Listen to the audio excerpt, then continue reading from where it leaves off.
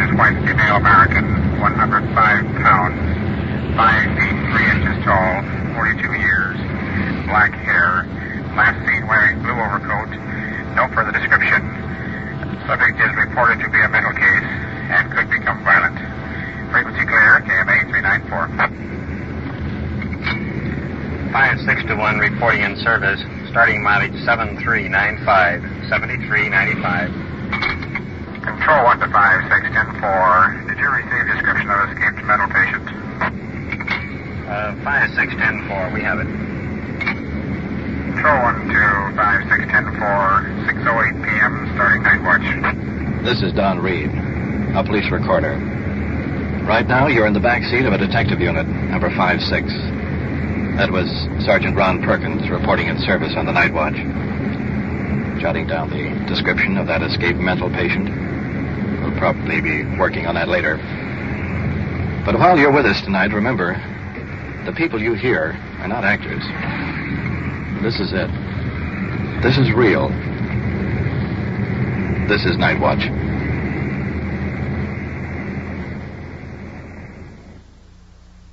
Night Watch. The actual on-the-scene report of your police force in action. There are no actors, no script. Every voice, every sound is authentic. The investigations are recorded as they actually occur. Night Watch. Presented with the cooperation of the Police Department of Culver City, California, W.N. Hildebrand, Chief. We switch you now to Detective Unit 56, somewhere in the field, and police recorder Don Reed.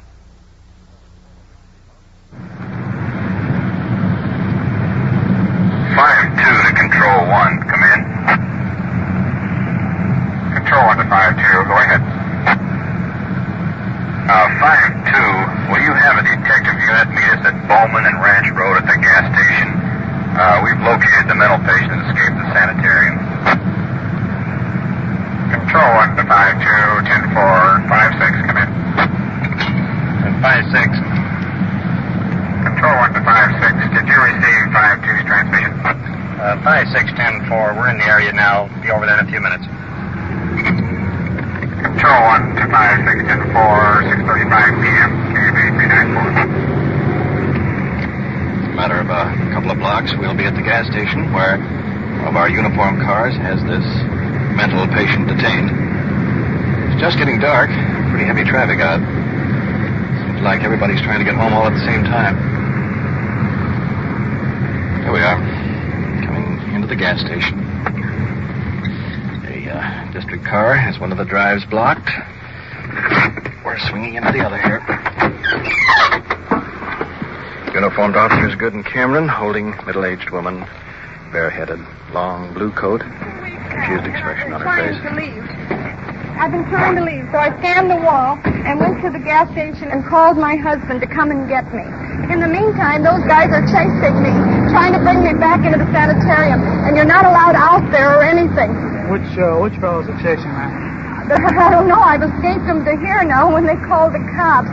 I'm afraid to even walk. They come here, you. Oh, you can't imagine. You can't. 42 years old, you ought to be able to be sick yourself. You shouldn't have to stay, should you? Huh? Against your will? Who put you in there, your husband? Yeah, I had got out of my head a couple of weeks ago, and he put me there with Dr. whatever his name is. And there I've been, and I've been getting all right, and I want to go now. They won't let you go.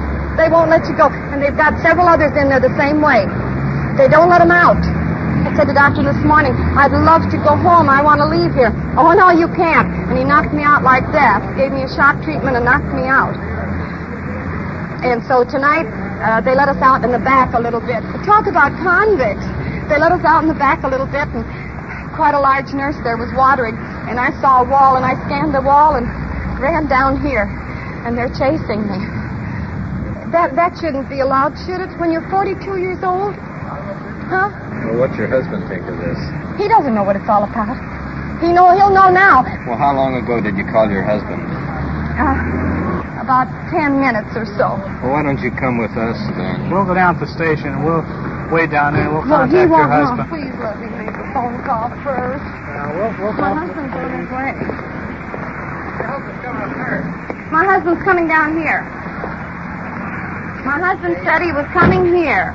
So let me wait for my husband here. You want to wait with me? Then I'll go back with you. There's a phone booth right there, see?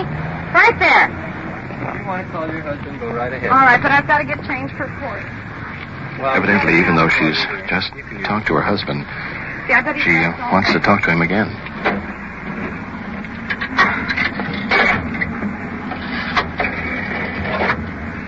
She's huddled in a small outside phone booth. Breeze flowing in from the ocean, scattering her hair all over her face.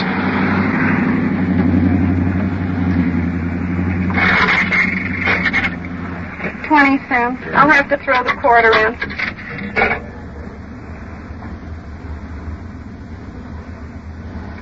Oh, I don't care about a refund.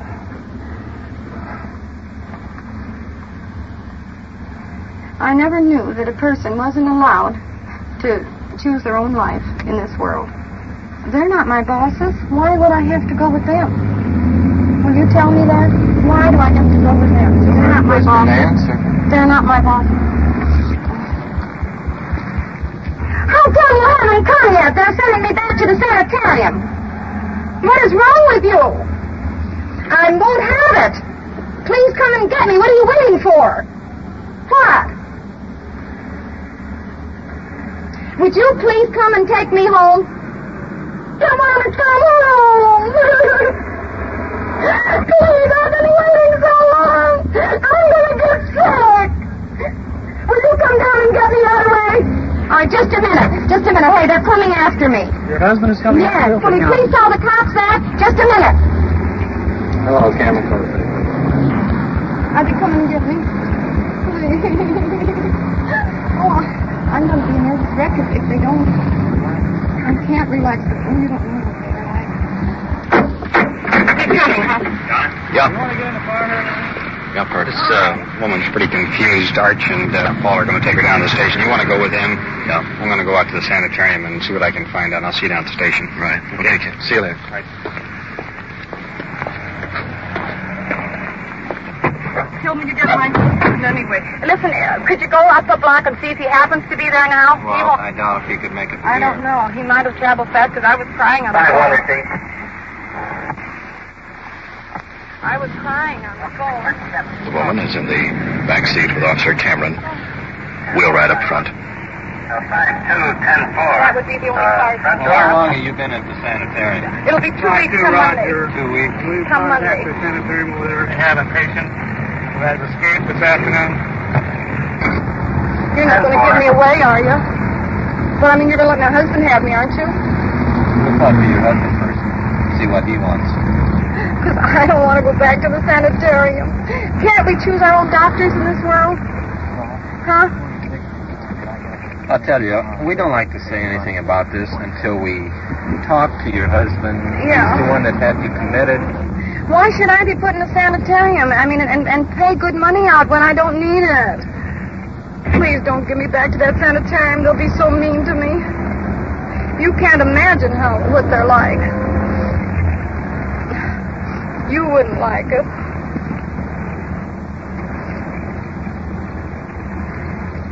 You wouldn't like it. I know you wouldn't. Would you bring my husband here to the police we'll bring station? him to the station. Oh, how wonderful. Oh, God.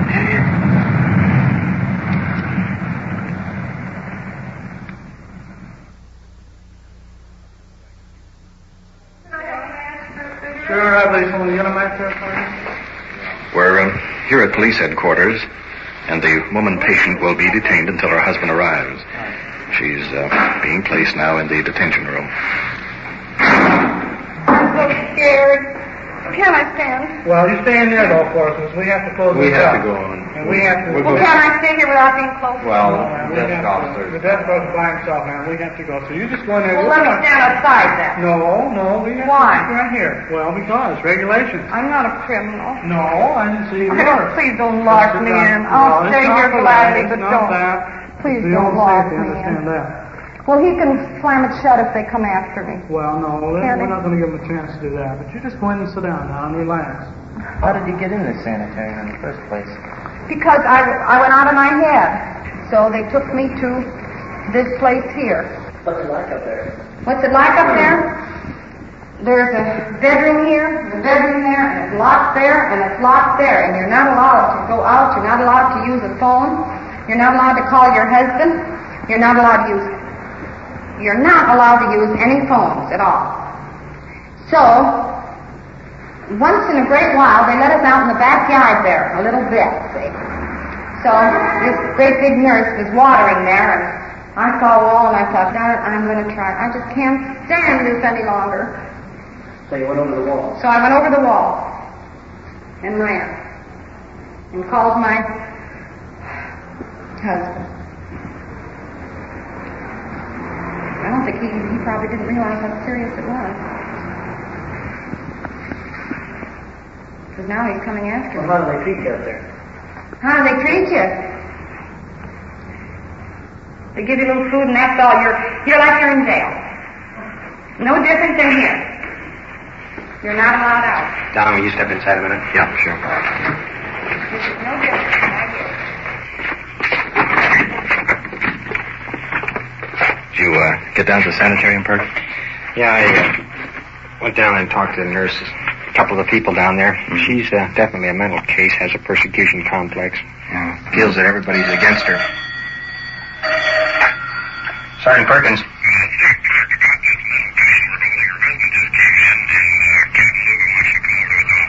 Okay, be right over there. Her husband here? Yeah, let's go over there. All right.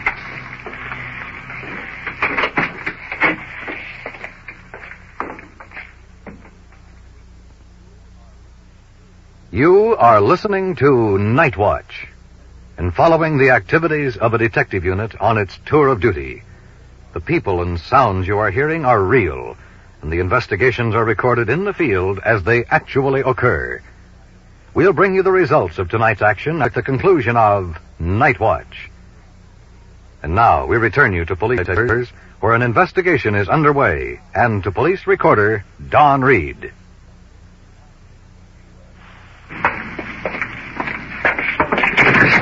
In the office of Captain Lugo. Coming in the other door, the husband of the patient, nervously lighting a cigarette. Anxiety written all over his face. Captain Lugo, Sergeant Perkins are going to talk it over.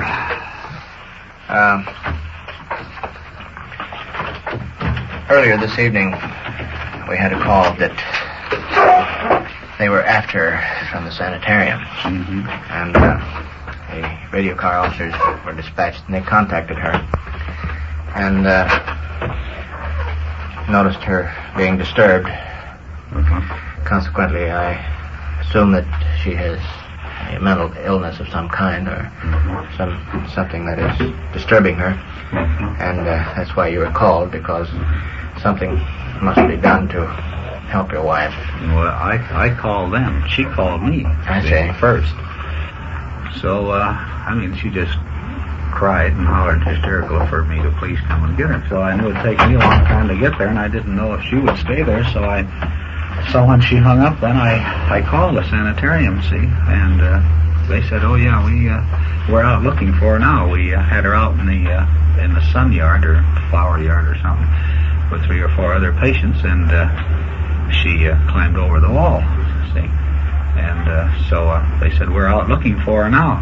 And I said, "Well, do you know where she's at? Where they're at? You don't know where she's at then?" And she said, "No." So I told her that she was at this gas station, see. She said, "Well, I'll tell them." Well, you can't tell them if they're out looking for her now, see. And, that's, I guess, about it, isn't it? Mm-hmm. Has she been at the sanitarium long? This was her second trip, and she was there just 8 days, and then she sold the doctor on the idea that she could come home, so he sent her home, and then she cracked up again. Then we had to call the ambulance because that time she went violent, see.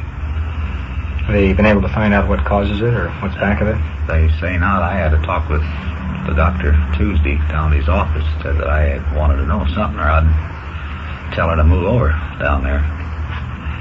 So, but he said all that they could do was give her these shock treatments, so I said, well, if that's the thing you do to your wife or someone dear to you, why, that's what I want done. So he told me then that she should have 12 of these treatments, see, and be there a month, and that I shouldn't see her, so I haven't seen her since. I'm so confused now, I don't know what to do, and of course... Well, sir, here's the situation. Naturally, we've done what we can so far to assist you in your matter here, but if you're going to take her back there, and you can take her back there, why, we'll be glad to release her to you. And, or if you need any assistance in any way, why, we'll be glad to give it to you. So if you think that you can take her back, if that's what you want to do, and that's what your doctor recommended, why... Well, that's what he recommended, but like I say, you get... it's a little hard to think, maybe straight yourself at a time like this, because, I don't know. Well, we of course don't have any... No, I know. Any specific charge or reason to hold her other than the fact that she is more or less despondent and probably mentally ill.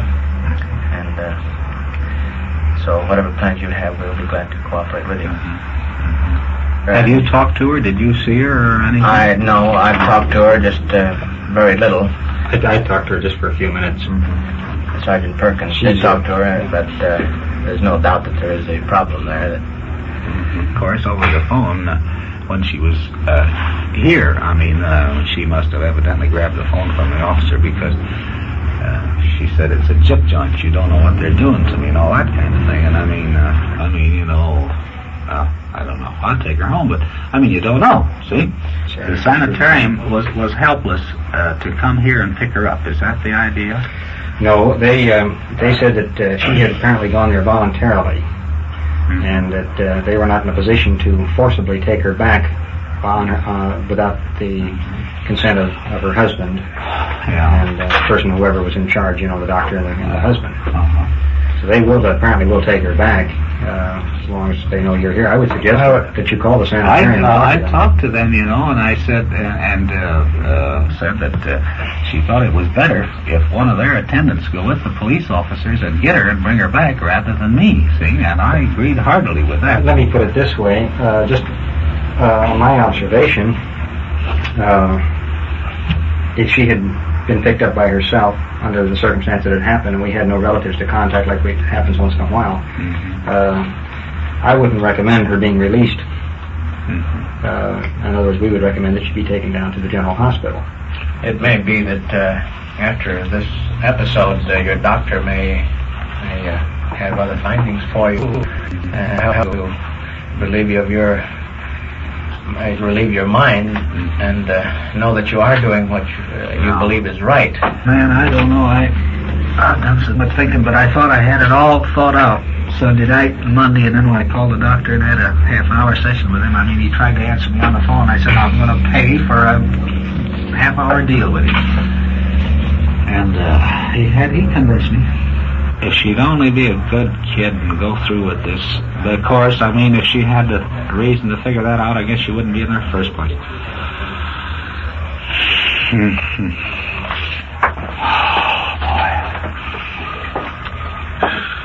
If I'm going to go by these guys that have spent years at it, she should go back. I talked to the attendant out there. They're going to send a male nurse and a female nurse down, and we'll release them to them. Good. So they're on their way down now.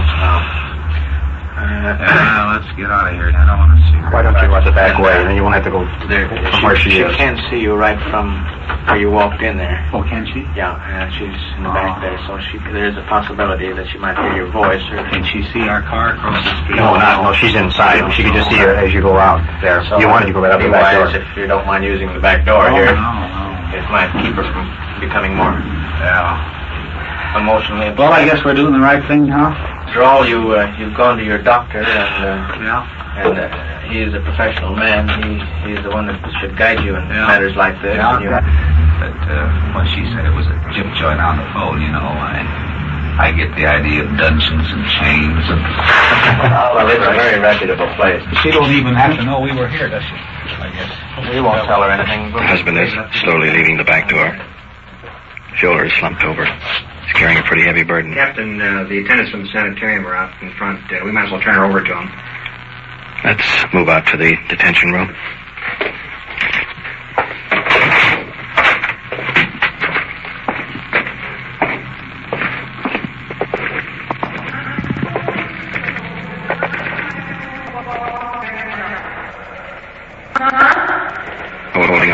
car netting.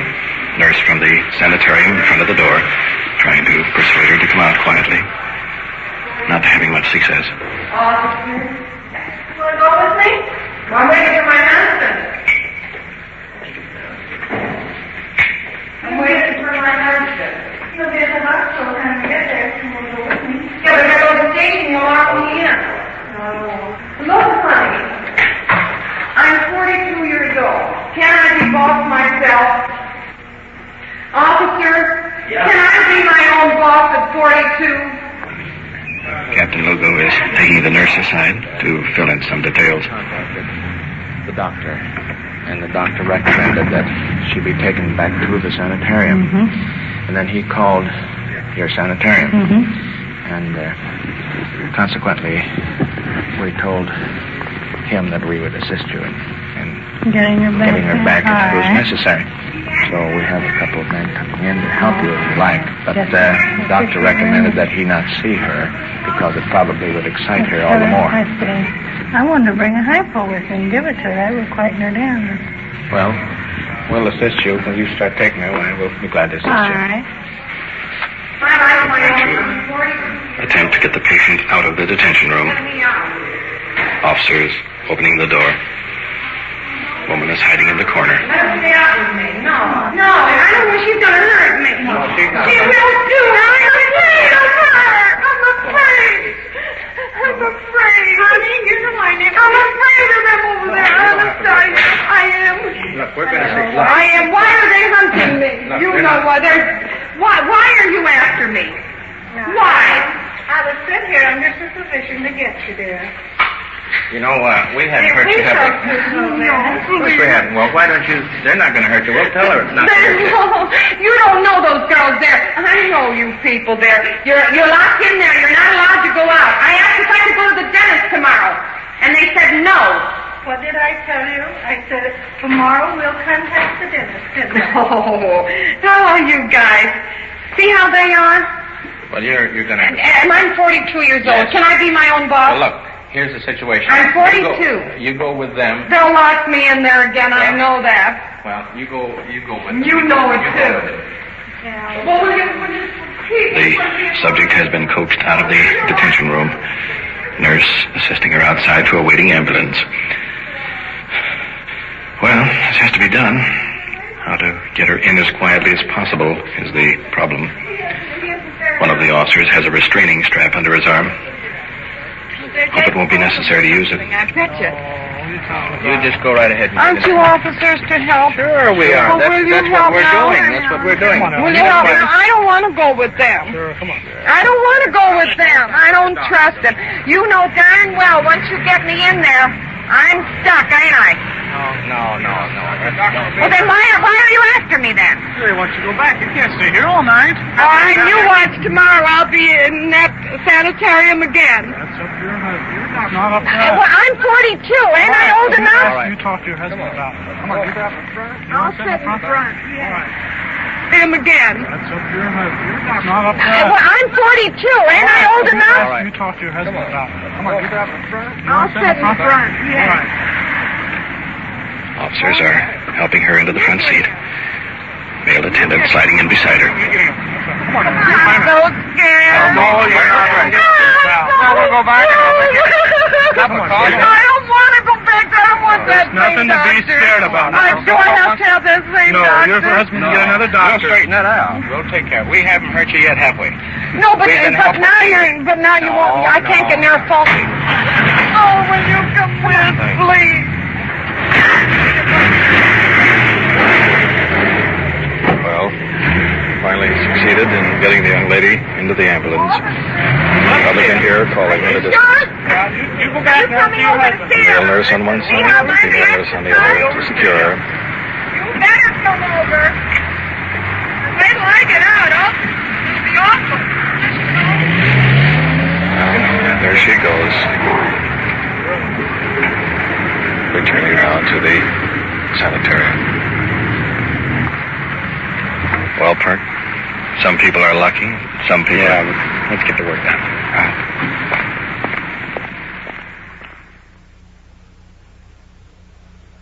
What you have just heard is real. recorded as it happened on The Night Watch. For the disposition of this case, we return you to Police Headquarters and Chief W.N. Hildebrand. Tonight's case varies from the usual conception of police work by merely lending assistance in a purely personal matter. However, the facts are important. We have a man who had to make a decision, a very difficult decision. After 20 years of a successful marriage, this verdict was not easy to reach. Sentiment and his love for his wife would have led many people in his position to do nothing and hope. In reality, this would have been the cruelest step of all. Regardless of how heartbreaking a problem he faced, the commitment was made. Contrary to his wife's views, the sanitarium he selected is one of the most competent in the area. A recent check shows his wife is responding to treatment and soon should be able to return home and take her normal place in society.